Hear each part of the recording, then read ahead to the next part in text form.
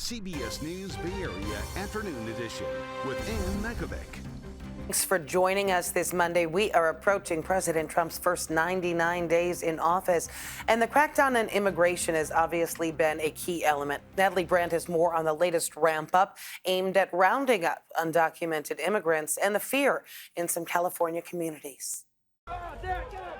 DEA agents raided a nightclub in Colorado Springs Sunday, saying they arrested more than 100 undocumented migrants and seized drugs and weapons. While you're all sleeping at 2, 3 o'clock in the morning, there are men and women out there enforcing the law, making this country safe again. The arrests come as the Trump administration touts its efforts to secure the border during the president's first 100 days in office. We are in the beginning stages of carrying out the largest deportation campaign in American history. But the White House is facing questions about due process for individuals and families, especially in light of the deportations last week of 3 U.S.-born children and their migrant mothers to Honduras. They weren't deported. We don't import U.S. citizens. The parents made that decision, not the United States government. The White House's border czar says there's been around 139,000 deportations since President Trump took office. The administration has put these posters on the White House North Lawn of people it's identified as unauthorized immigrants convicted of crimes. With the Trump administration's immigration crackdown, advocacy groups say they've been flooded with calls. Not only is there that fear, though, but there's a lot of uncertainty about what to do. It's almost like people are paralyzed. While President Trump's overall approval rating has fallen during his first 100 days, a majority of those surveyed, 56%, say they approve of his program deporting immigrants in the country illegally.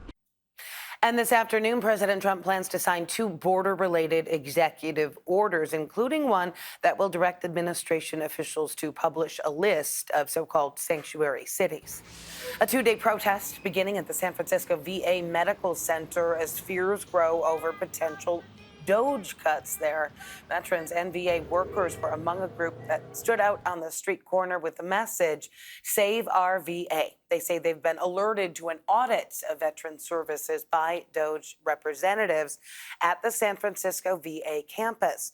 We spoke with one veteran, Katie Weber. She is a cancer survivor and suffers from PTSD. She tells us she just started getting the care she needs.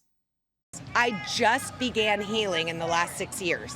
Prior to that, it was a constant bureaucratic paper shuffle. We're finally getting the right care.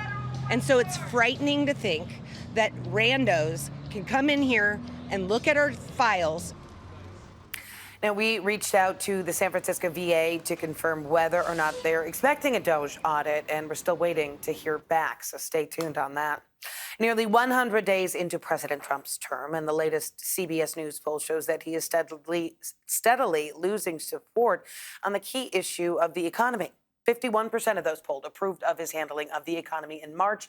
Now only 42% do. And nearly 50% of Americans feel his policies are making them worse off, even though inflation and mortgage rates have both fallen since President Trump took office. So what this tells me is the uncertainty of tariffs. That's really more where people are focusing on, and that's reflecting in how they feel. Growing concern about the U.S. economy is causing a major sell-off on Wall Street. The markets, the 401ks, some have seen their worst days since the pandemic. And consumer sentiment has also fallen 4 straight months, with confidence in the economy dropping 32% since January. All right, let's take a look at our first alert weather. Pretty picture there. This is a live look at the city of San Francisco. You can see downtown there in the background. Let's get a check on our forecast with meteorologist Jessica Birch. Cool conditions this morning, but we're warming up into this afternoon all the way into the upper 60s today along the bay. A similar trend throughout the next couple days with some sunnier skies right around the corner as early as Wednesday into Thursday. Now you head all the way over into our inland spots. If you think that's a nice mild forecast, take a look at the East Bay and the Santa Clara Valley, or even wine country for that matter. We're seeing sunny skies and 70s pretty much each day. It's going to be a nice dry week for us with a little bit of a cooling trend as we wrap up this week and head into this weekend with 60s by Saturday. Well, today, the San Francisco Sheriff plans to announce the restart of electronic monitoring for criminal defendants who are awaiting trial. There's been some back and forth here. A federal judge said deputies could not search criminal defendants without a warrant, but the sheriff says those searches are essential for public safety. Now, an appeals court has reversed the previous ruling. A cybersecurity conference called RSA starting today at Moscone Center. Security experts and innovators talking about the latest technology and evolving threats. The RSA conference runs through Thursday. Teachers in Oakland voted to authorize a one-day strike that could take place this Thursday. The union says the district leadership is not being transparent about finances and is making up a budget crisis to justify laying off teachers. Our Dal Lin has the latest in a growing discord. Roughly 34,000 students attend Oakland public schools. Parents say while the one-day strike would be a big disruption, many support their teachers. For OUSD parent Rachel Kennan, it's a feeling of not again. OUSD should be ashamed of creating a school environment where kids can't count on school taking place. My kids they're 6th grader and 9th grader now, and they don't believe that school will be there for them from one week to the next because you never know when there's going to be a strike. Thursday's work stoppage would be the 4th strike in 6 years. OUSD teachers walked out in 2023, 2022, and 2019. We need to be able to count on the schools to be open on school days so that we know where our kids are and we don't need to interrupt our jobs. We don't need to change our lives around when our kids should be at school learning. The Oakland Education Association, or OEA, says the strike is over unfair labor practices and would fall on May 1st, International Workers' Day. The union accuses the district of failing to provide financial information about recent budget cuts. The district was facing a multi-million-dollar deficit and issued about 100 layoff notices. The union released a statement on Sunday that reads in part, the district has a legal obligation to provide this information, which is needed to enable educators to understand how proposals would affect teachers, district and classroom stability, and the community we serve. Many parents I talked to say they side with the teachers. Luckily, my kids are old enough that I can keep them home. I would never cross a strike. I'm not as caught up in all of the details, but I do trust our teachers and know that if they're considering doing something as drastic as this, that it is important and something that we should all pay attention to. School Board Director Mike Hutchinson says he's confused by the strike, claiming the union has access to all the budget information it's requesting. All of our budget documents are public information. They are publicly posted on our district website as required by law. And so I would just point out that there's been very general claims made, and nobody has been able to say specifically what document they have not been given. Go Clippers! The strike comes at a time of uncertainty for district leadership.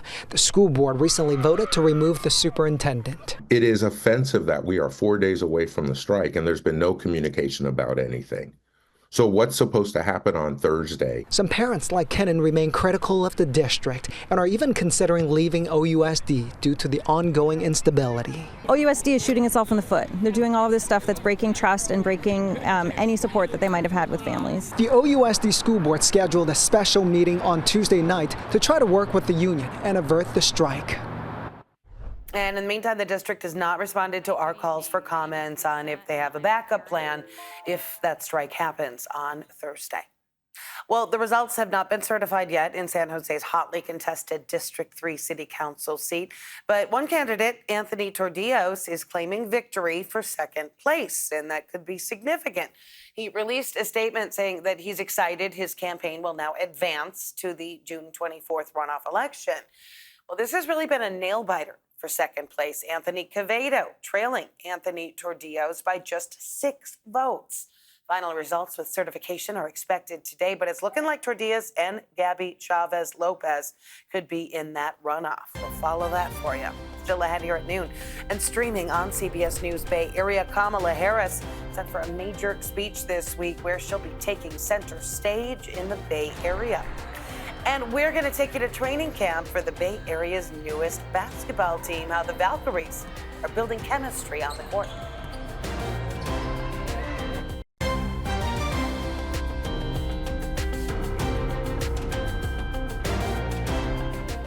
Taking a look now at some of today's other top stories around the world. Investigators have ruled out terrorism as a motive in a deadly attack at a cultural festival in Vancouver.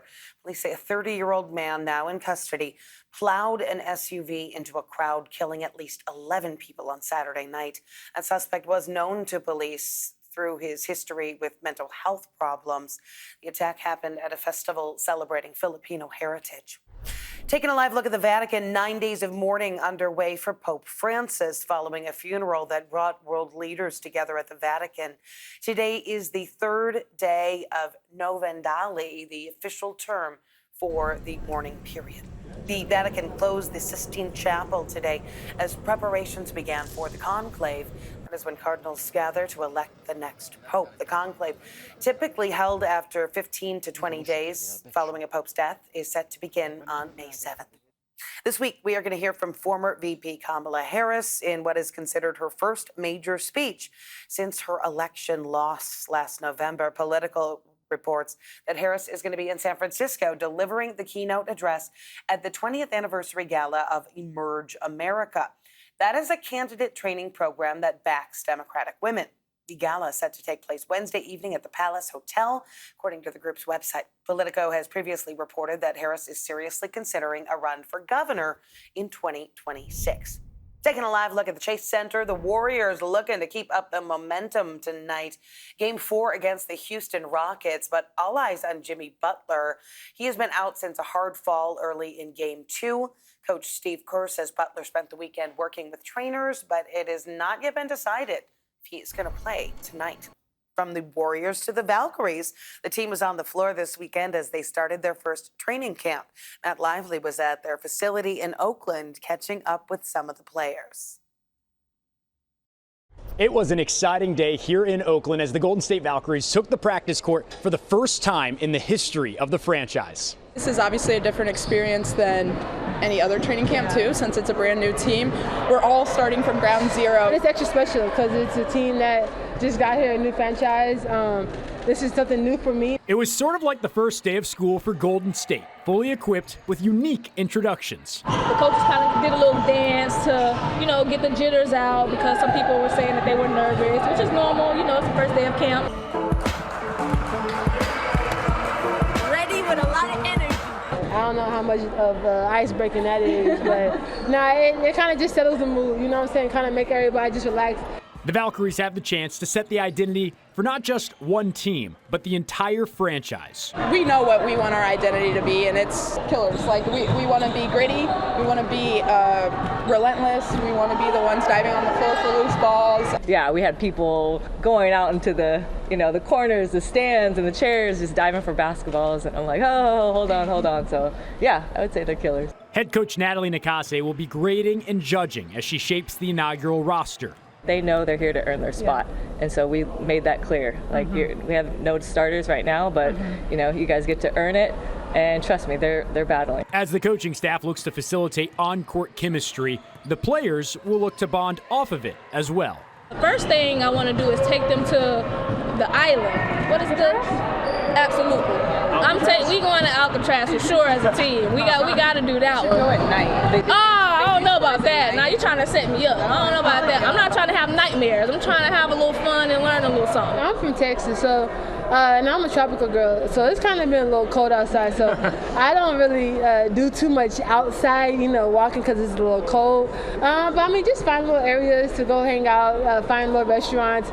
It's clear from day one that while competition is key, Nakase and her team will soak up this opportunity. Life is short, and so we want to just make the most of it. So have fun. Yes, we want to win games, but they have to enjoy it, and that's when they play their best. The Valkyries will continue to practice right up until their first preseason game May 6 against the Sparks at Chase Center. And CBS News Bay Area is your home for the Valkyries. More than 30 games airing on KPIX and Pix Plus. We'll also have a weekly show with behind-the-scenes access. Back to our first alert weather now. It's a beautiful day around the Bay Area. Taking a live look at the city of San Francisco. You can see the Transamerica Tower there and Alcatraz in the background. Not a bad view. Let's check back in with meteorologist Jessica Birch. We kicked off this morning with cool and cloudy conditions, but now as we head into this afternoon, we're dealing with dry skies and daytime highs, mostly sitting in the mid to upper 60s in the forecast in areas like Oakland and San Francisco, but then 70s widespread throughout our inland areas today. Warmer conditions off near Concord and Antioch, a little bit cooler for our friends up in wine country near Novato in the low 70s. We're also experiencing low 70s anywhere from Fremont all the way into the Santa Clara Valley. But day by day, we're going to continue to warm up as we head into this week's forecast. At the same time, we take a look at our wind gust. We're already up to around 15 to 20 mile per hour wind gust just along our shoreline. That'll continue to get breezier into the evening hours tonight, especially along our coast, but we'll also notice that influence in our inland areas too. So with that in mind, we're seeing clear skies heading into this afternoon. That'll be the case into the evening hours tonight, but then the clouds fill the bay once again as we wake up tomorrow morning. We're going to see cloudy skies into the morning hours tomorrow, pulling back a little bit more as we head into the afternoon hours day by day. So we get a quick look at what we can expect starting off over in the bay. We're going to get a little bit of a warm up and then a quick cool down as we head into this weekend's forecast. A midweek warm up brings in sunshine and upper 60s in areas like San Francisco, all the way over the Bay Bridge into Oakland too. Notice how each day is dry, not a drop of rain in sight. Once we head into this weekend, we will see a cloudier influence though, and we're also going to notice some cooler weather right around the corner. Now we make our way over into our inland spots. Now we're talking about wine country, the East Bay, the Santa Clara Valley. We could potentially even see some low 80s in the forecast for us, but for the most part, just upper 70s as we head into Tuesday and Wednesday. Sunny skies as we dive into this weekend with cooler weather right around the corner as we head into Saturday's forecast. Back to you. Well, still ahead, they call it a safer way to do inspections. PG&E demonstrating its drones. PG&E is now using drones to inspect its transmission lines and other equipment. The company held this demonstration today in San Mateo. The utility says it is a safer, more reliable way to conduct inspections. We can now get a bird's eye view of the asset. We can see it from the top down. And the use of drones makes it much more efficient. In the past, we would have had to have a line worker climb each structure and take a look at the health of each thing. The utility also emphasizes the drones are only taking photos of PG&E equipment, not people or private property. Still ahead, a pretty remarkable homecoming story for one tough little dog. What it took to bring Valerie home.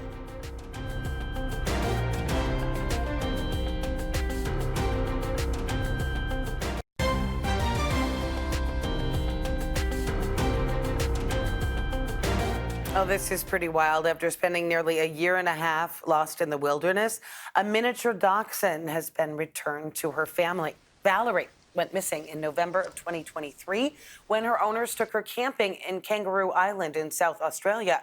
After a couple days of searching, the owners had to give up and go home. The nonprofit Kangala Wildlife Rescue stepped up, and after more than 1,000 hours of searching for this little dog across 3,100 miles, they finally trapped her using torn up strips of her owner's shirt.